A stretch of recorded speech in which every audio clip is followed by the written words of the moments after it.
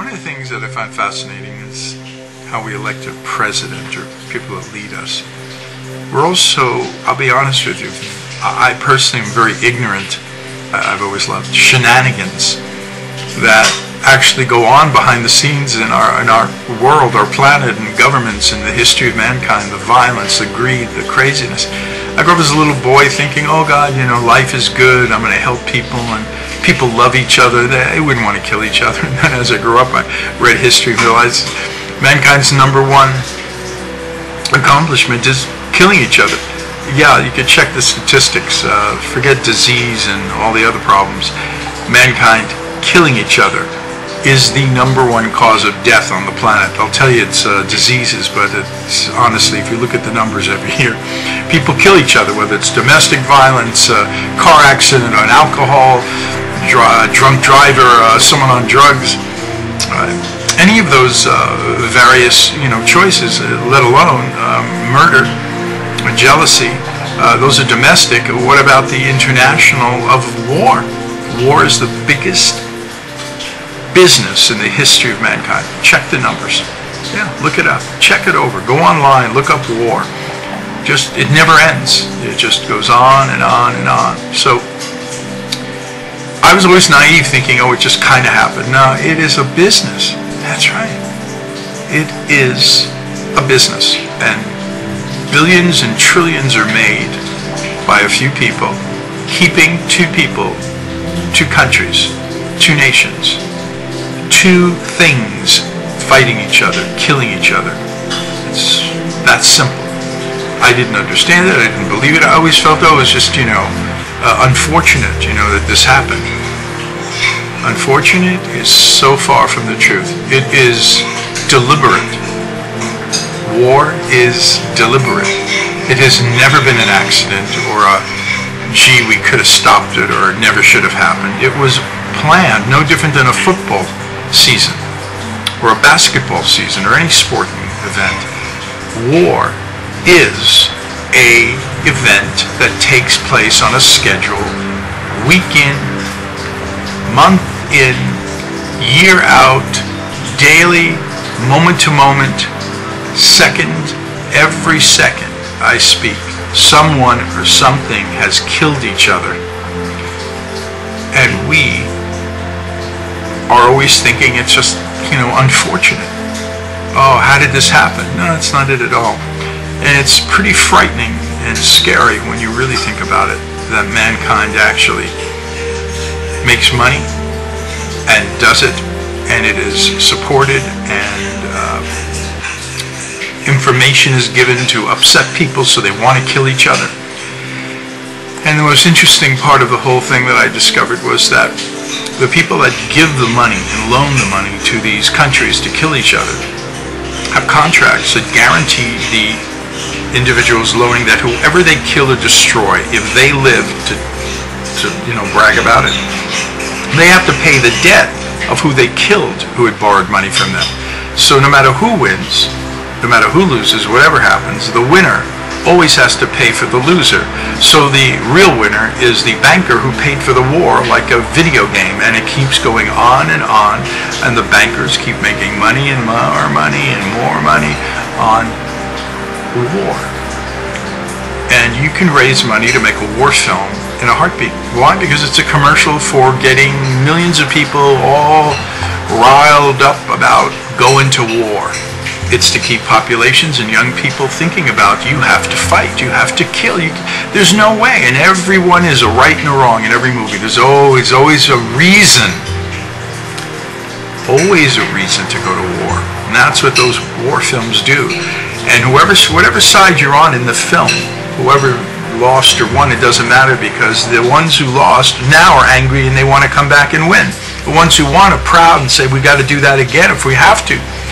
So, and they will have to, because now you've got the people who watched the movie who hated the fact that they lost. They want to win next time, and they're going to come get you because of that movie. Fascinating. More war films have been made after war. Did you ever go to a war movie and go, why are they spending all this money on blowing things up again, except now it's just a movie? Well, Coca-Cola, McDonald's, why do they keep advertising? Well, they've got to keep it on your mind. They got to make it, this is very important, their product. And so war is a product of the bankers that pay for all of it. I had no clue, had no idea this is all real, but I discovered recently in looking at films that are up online and the internet that educate and clearly go through history about money and how money is used and what it was and how it started and what's gone on with the international bankers and how everything works with the Rothschilds and the Federal Reserve and all that stuff you hear about. So I highly recommend each and every one of you do your homework on the internet. There's so much stuff up there before they shut it down, before they control it, before they remove it.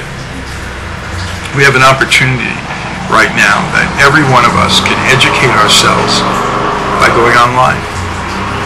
It's that simple.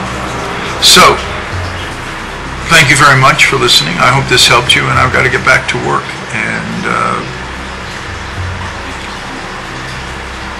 I want you to think about what's really going on the planet and see what we can all do.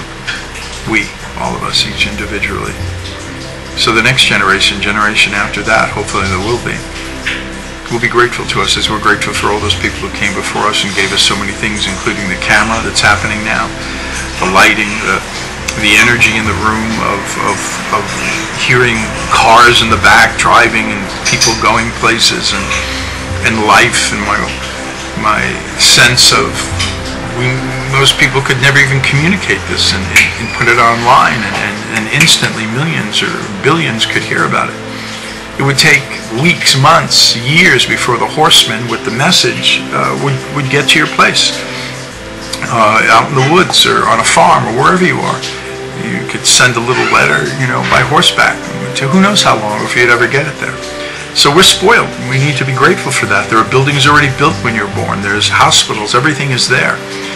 Hundreds and hundreds of years ago, nothing was here. Nothing was available. So I hope you want to contribute like they contributed for the joy that we now have. And we really do have much joy and gratefulness that's important to share for those achievements, scientific, biological, medicinal, whatever area artistically was achieved.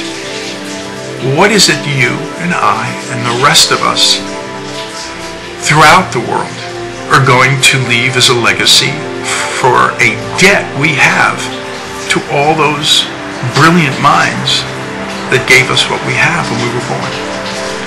And it's an important focus, an important direction, an important purpose, goals, to give you something to live for. And stop complaining. And I've always said this to people, go to a veterans hospital if you think you have a problem. Go visit a veteran, a younger boy or even an older man, whatever, who's been there a longer time than the younger man, who eventually will be there as long as the older man. Hopefully they'll have miracles that'll change their lives and give them a life, and they won't be in these hospitals and these treatment rehabilitation facilities, but that you can realize how fortunate you are. And I highly recommend that you give and help the paralyzed veterans, the disabled veterans, those two organizations. I know I have, and I continue to. And regardless whether we agree with the war or not, the consequences of young people being duped, being fooled into these wars, paid. However, they still don't deserve to come home and be abandoned. Some wars have helped and changed things and made things better. So regardless of the total history of war, there are those that suffer, and that is a great reality for you to look at. And I highly recommend during the holiday season that you do take a trip and write a card and go visit and donate. Be a member of the Paralyzed Veterans of America and the Disabled Veterans of America organizations. They're online.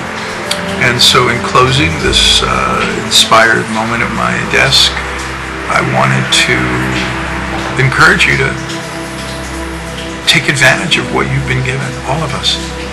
And every day, take a look back in history or look around and see people who are struggling, and just be so happy and grateful. You have so much more than anyone else has ever had on this planet. And let's do something to make it even better for those who have yet to grow up, yet to be born. And let's not forget all our mothers who brought us into this world. 9 months they carried us around, 24/7. Okay? Let's be grateful for them. Without our moms, we wouldn't be here. They deserve so much appreciation. So, my mom's gone, and she always knew I loved her, and I made sure of that to the very end, right to the last moment. And I was always aware of that my whole life, and I'm grateful for that perception. So I hope you think about that towards your pop as well, your mother and fathers, and be grateful. Okay? So that's it. It's a day of gratitude. I'm going to go over some stuff, insight, and share it, inspire. Okay? Talk to you soon.